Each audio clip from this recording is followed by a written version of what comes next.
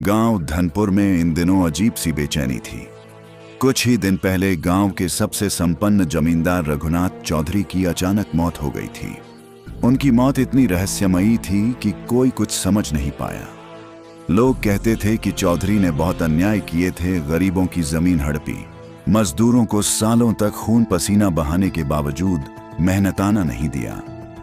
लेकिन मौत के बाद भी एक बात साफ थी, उनके परिवार की लालच कम नहीं हुई थी। जब रघुनाथ की चिता गांव के श्मशान घाट पर जलाई गई तो लोगों के मन में एक अजीब डर बैठ गया। ज्वाला से उठता धुआं काला होकर आसमान तक फैला और हवा में किसी के कराहने की आवाज सुनाई दी।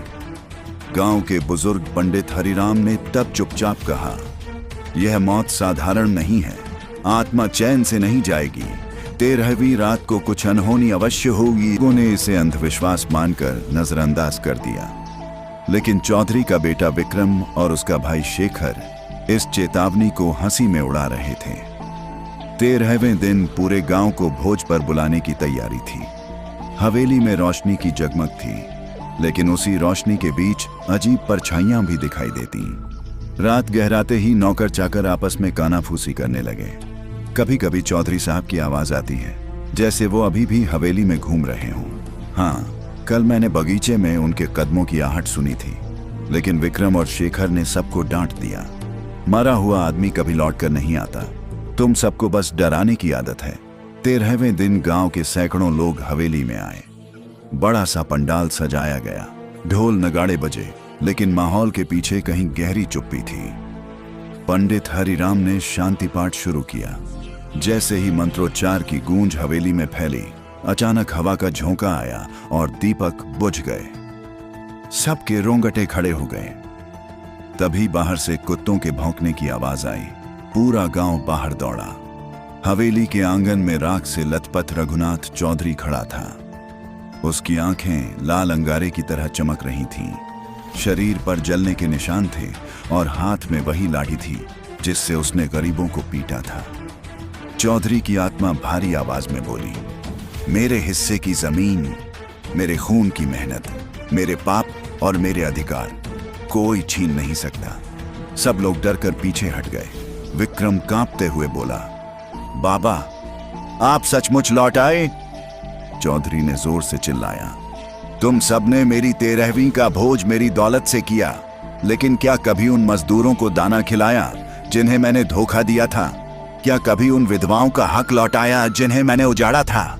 मेरी आत्मा तब तक शांति नहीं पाएगी जब तक मेरा अधिकार वापस नहीं मिलेगा। हवेली की दीवारें हिलने लगी, दालान की छत से धूल झड़ने लगी, पंडाल में बैठे लोग चीखकर भागने लगे। चौधरी की आत्मा ने अपने बेटों को पकड़ लिया। उसकी जली हुई हथेलियां विक्रम की गर्दन पर थीं। तुम मेरे वारिस नहीं, मेरे पाप के उत्तराधिकारी हो और मैं अपना अधिकार खुद लेकर रहूंगा। विक्रम की चीख गूंज उठी। उसका शरीर अचानक ठंडा पड़ गया। उसकी आंखें पलट गईं। सभी ने देखा चौधरी की आत्मा उसके शरीर में समा गई है। अब विक्रम का चेहरा बदल चुका था। वह उसी चौधरी की तरह बोल रहा था, अब मैं लौट आया हूं। यह हवेली या खेत खलिहान सब फिर से मेरा है। लोग दहशत में गांव छोड़ने लगे। कोई भी चौधरी हवेली की तरफ देखने की हिम्मत नहीं करता, लेकिन पंडित हरिराम वहीं खड़े थे। उन्होंने मंत्रोच्चार करते हुए कहा, तेरी आत्मा कभी मुक्त नहीं होगी, क्योंकि तूने जीवन में सिर्फ अधर्म किया है। अधिकार लेने आया है, लेकिन तुझे न तो स्वर्ग मिलेगा न शांति। तभी बिजली कड़कने लगी। आसमान में बादलों की गड़गड़ाहट हुई। हवेली की छत पर कौओं का झुंड मंडराने लगा। विक्रम, जिसमें अब चौधरी की आत्मा थी, पागलों की तरह चिल्लाने लगा, मैं वापस आया हूं, मेरा सब कुछ लौटाओ, वरना एक एक करके सबका विनाश होगा। गांव में उसी रात से मौत का सिलसिला शुरू हुआ। जिसने भी चौधरी से जमीन या पैसा लिया था, वह अचानक किसी न किसी हादसे में मरने लगा। किसी का गला दबा मिला, किसी को खेत में आग में झुलसते देखा गया। गांव वाले समझ गए चौधरी की आत्मा 13वीं रात को लौटकर अपना हक ले रही है।